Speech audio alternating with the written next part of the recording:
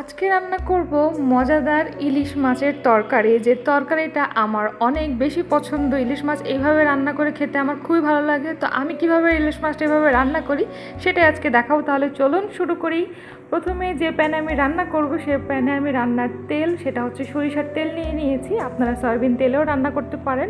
এখানে ভাজার জন্য পর্যাপ্ত পরিমাণ তেল নিয়েছি। এখন আমি এটার মধ্যে পেঁয়াজ কুচিগুলো দিয়ে নিচ্ছি। বেশি করে পেঁয়াজ কুচি আজকে নিয়েছি, কারণ হচ্ছে এটা বেশি পেঁয়াজ দিয়ে খেতেই ভালো লাগে এই তরকারিটা।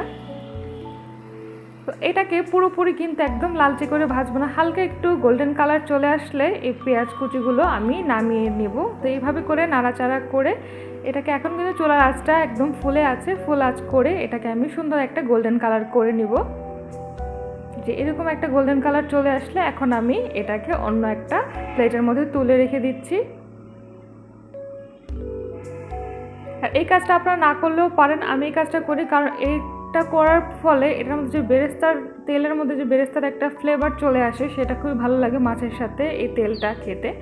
এখন আমি দিয়ে দিচ্ছি ওই তেলটার মধ্যেই, এখানে আমি ইলিশ মাছগুলো মাখিয়ে রেখেছিলাম 10 থেকে 15 মিনিট। চাইলে আপনি ইনস্ট্যান্টও ভেজে নিতে পারেন। লবণ, হলুদের গুঁড়া, মরিচের গুঁড়া দিয়ে সুন্দর মতো এটা আমি মেখে রেখেছিলাম। এখন আমি এগুলোকে ভেজে নিচ্ছি। এরপর যে চুলার আঁচটা মিডিয়াম থেকে হাইয়ের মাঝামাঝি রেখে আমি এটা ভেজে নিব। এক পাশ ভালো মতো ভাজা হয়ে গেলে তারপর আমি উল্টিয়ে আরেক পাশটা ভেজে নিব। আর উল্টানোর সময় আমার মাছ উল্টাতে গেলে আসলে খুবই আতঙ্ক লাগে, মনে হয় যে এই বুঝি আমি ভেঙে ফেললাম মাছ। খুব আলতো হাতে মাছ উল্টাতে হয়। তো আগে প্রথম আমি মাছ উল্টাতে গিয়ে অনেক ভেঙেছি, সেই জন্য আমি খুবই ভয়ে এখন মাছ, যে কোনো মাছই ভাজার সময় বা কাঁচা অবস্থায় রান্নার ক্ষেত্রেও আলতো করে উল্টানোর চেষ্টা করি।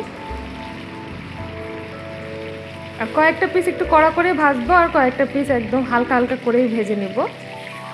এভাবে করে উল্টো পাল্টো করে এটা সুন্দর মতো একটা কালার করে ভেজে নিচ্ছি। আর এত সুন্দর একটা অ্যারোমা পুরো রান্নাঘরে ছড়িয়ে পড়েছে। আর ইলিশ মাছ বলে কথা, এটা কাঁচা খান বা ভেজে খান সবভাবে এটা মজা লাগে। যে আমার একটা ব্যাচ ভাজা শেষ, এখন আমি এটা তুলে নিচ্ছি। আর ইলিশ মাছ আমার মনে হয় সবারই পছন্দ। যারা ইলিশ মাছ খায় না তাহলে তো কিছুই খেলো না, আমার এটাই মনে হয়।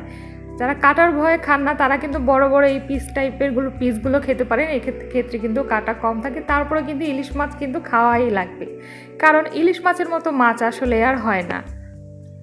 সেকেন্ড ব্যাচে যেগুলো মাছ আছে সেটা দিয়ে দিচ্ছি এখন।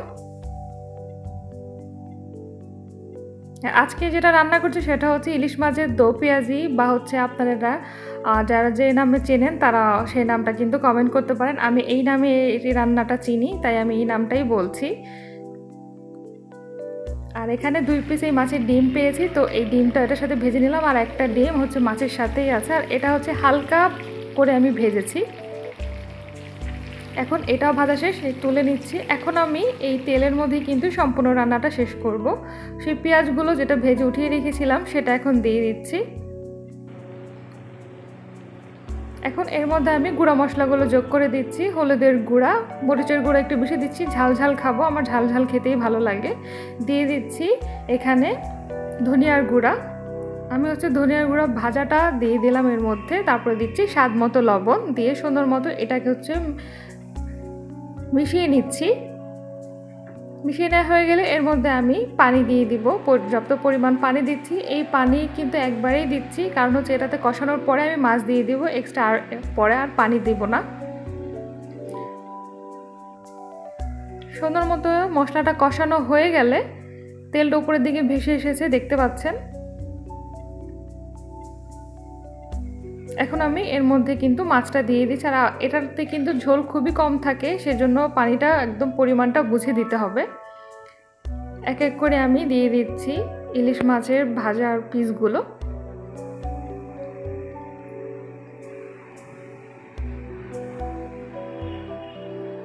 আর যারা এখনও এটা রান্না করতে পারেন না, নতুন রাঁধুনিরা আছেন, তারা কিন্তু এই প্রসেসে রান্না করে ফেলতে পারেন। অসম্ভব মজা হবে, যারা খাবে তারা প্রশংসা করবে। আর ইলিশ মাছ এত মশলা টশলা দিয়ে রান্না করার কোনো কিছুই নেই, সাধারণভাবে রান্না করলেও খুবই মজা। আর এভাবে রান্না করলে তো অতুলনীয়, সবাই প্রশংসা করবে 100-এ 100। তো কাঁচামরিচ দিয়ে দিলাম আমার পরিমাণ মতো, আপনারা কম বেশি করে নিতে পারেন। তারপর এটাকে মিডিয়াম আঁচে রেখে একটা বলক তুলে নিব। তেলটা একদম উপরের দিকে ভেসে উঠছে, এই ফাঁকে হালকা করে প্যানটা ধরে নাড়িয়ে দিচ্ছি।